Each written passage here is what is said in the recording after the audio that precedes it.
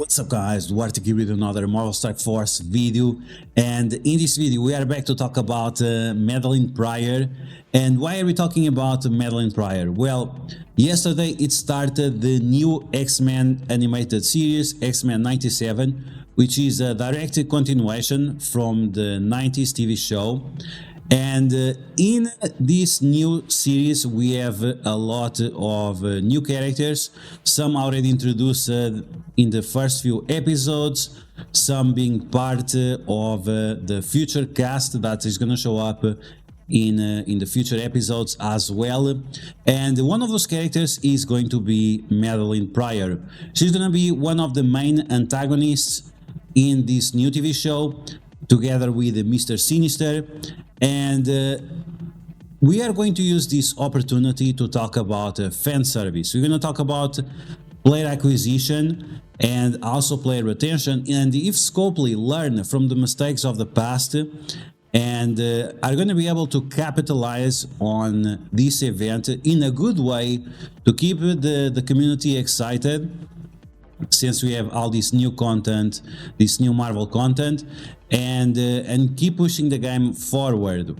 Really, I think Scopely really needs to learn the lessons from the past and to have a brighter future. But in this video we're going to talk about all the characters that have been mentioned so far on the TV show, which characters are coming, which characters could come to Marvel Strike Force, and why it would be so interesting for some of these characters to have reworks, because they actually already have a lot of value in their kits. So we're going to break down all the information that you need to know, and as always, if you like information on these videos, make sure you share it to your friends on Facebook and Discord. If you're new to my channel, make sure you subscribe for more Marvel Strike Force content, and make sure you smash that like button like a boss. Okay, so Madeline Pryor, as I said, she's going to be one of the main antagonists of the X-Men animated series, and these are some of the characters that already appeared in the show or might appear in the show in the future. So we have Professor Xavier, we have Jean, we have Jubilee, we have Storm, we have Gambit, we have Rogue,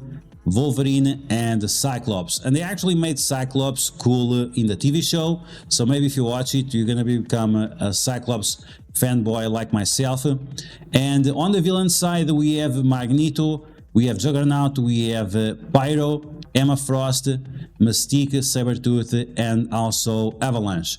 Now you might not see here, but you also have Lady Deathstrike, and hopefully these characters will do a return in the TV show, because they in the last version they showed up, they were actually very cool, and they were extremely unique in their own way.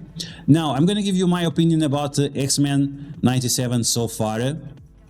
There are some reflections of real life topics in the TV show, but they are somewhat subverted, so I think you are going to be able to enjoy the show without it getting too political. Of course, it's X-Men, so it's always going to be political, but I think you can abstain yourself from the mirror images that we have from real life.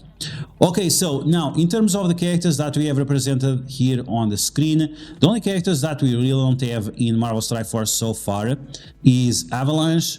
We also have Jean Grey, the normal version, not the Phoenix version, and also Professor Xavier. Now, Professor Xavier was announced yesterday by the Envoys, which is going to be a one-year-long journey character like Apocalypse, and of course we are very excited for that. Is that the reason why the X-Men characters got reworked? We don't know yet, but hopefully it's not the case.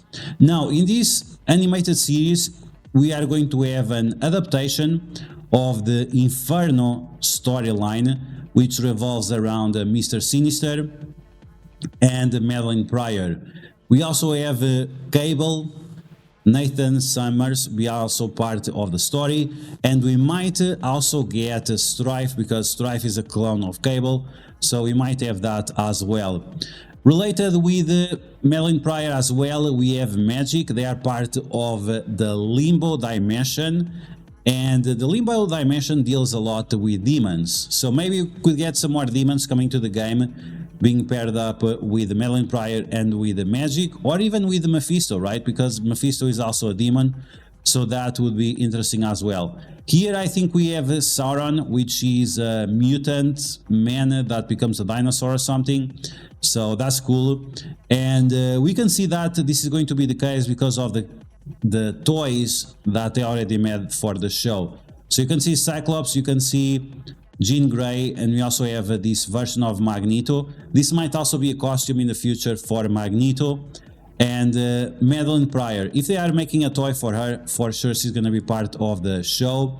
And we also have this guy. Now, this guy could introduce the Friends of Humanity to Marvel Strike Force. I think that would be somewhat interesting.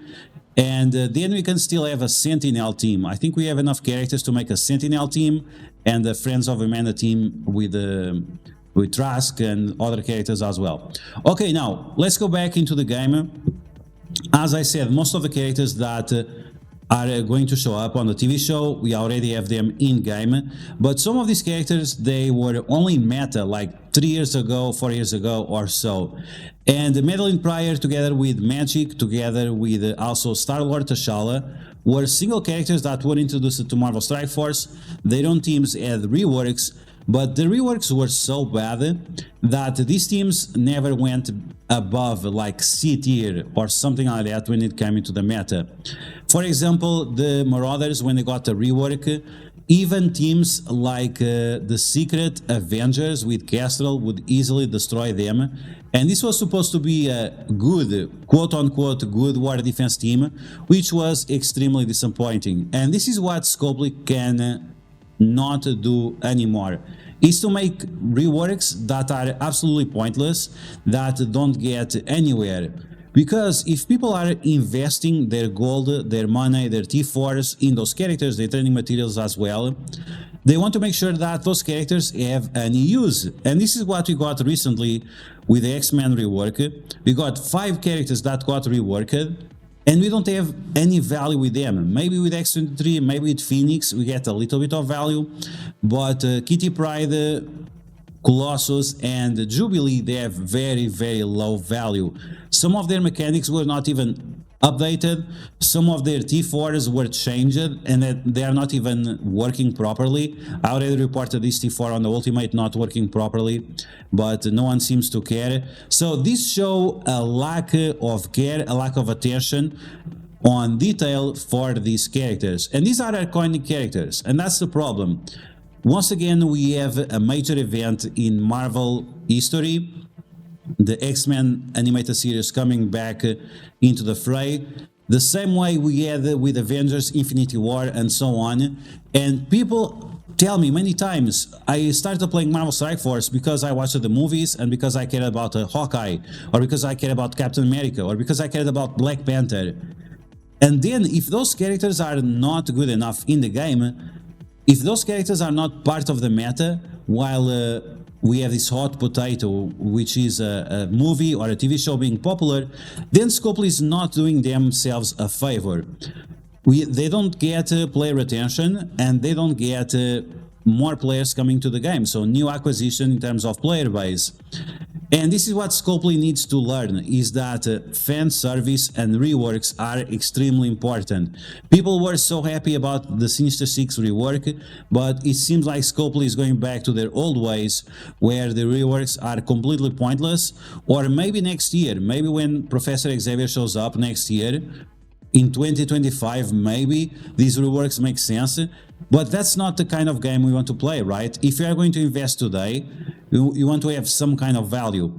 And the way these kits were reworked, it's like it's still 2019 or something, or 2020. The reworks they got, Phoenix, Kitty Pryde, Colossus, and Jubilee, it's still like we are in 2020, and this is something that cannot happen.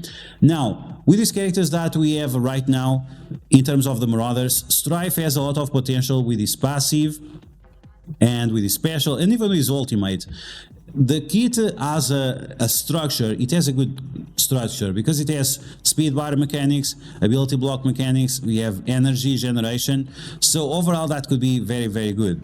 Then we have Emma Frost. She was also part of the team while not being really part of the team, and she was actually one of the reasons why the team was so bad. It's because the team was 100% or 200% dependent on Emma Frost, and without Emma Frost the team would be too slow and their stats would not be high enough for them to have any relevancy.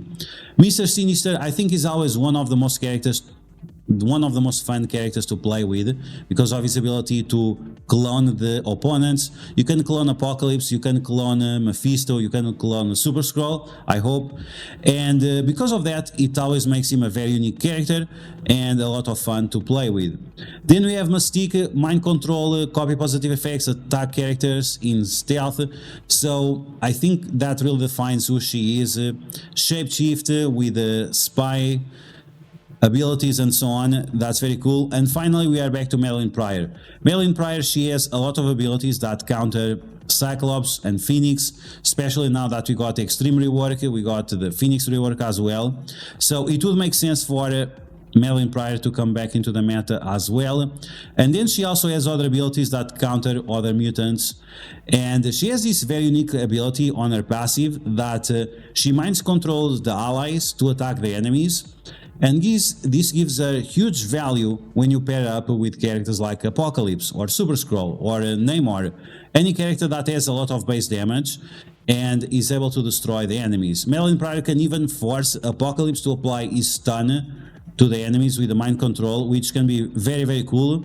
And I've shown in the past that you can even use Apocalypse with Marauders, and they can counter some of the top meta teams right now because of these unique abilities that they have in their kits. But once again, it was just not good enough, or it was just way too dependent on Emma Frost, and this was a war defensive team. It would be great if we could make a more general war team, and even using some of the older characters that did not get much use, like Pyro, like Juggernaut, like Blob and Toad. Those characters, they also had synergies with Mr. Sinister or with Apocalypse in the TV show, so make an overall to the villain mutants would be great as well. And this is once again a unique opportunity that Scopely has to capitalize and once again keep the player retention, increase the player base, and maybe even make some cash, maybe not right now, but in the future as well, with the players that are coming from the TV show, staying around, enjoying the game, and then becoming spenders in the game as well. So, in my opinion, this is a win-win situation. It will be a great opportunity for the community to have a lot more characters to play with and to invest in, and also spice up the meta. The more variety we have in the meta, the better, and tons and tons of people say the same. The more variety we have in Cosmic Crucible or on Alliance Wars, it's great because every week we are facing new teams, new challenges, and that keeps the game alive, and that's really what Scopely should focus on, while at the same time executing some player service. But that's gonna be the video, guys. I hope you guys enjoy it. Marauders Rework, are you guys excited for that? Have you guys seen the TV show? Are you enjoying it so far? Let me know all of that in the comments below. And as always, if you like the information on these videos, make sure to share it with your friends on Facebook and Discord. If you're new to my channel, make sure to subscribe for more Mouse Strike Force content, and I'll catch you guys later.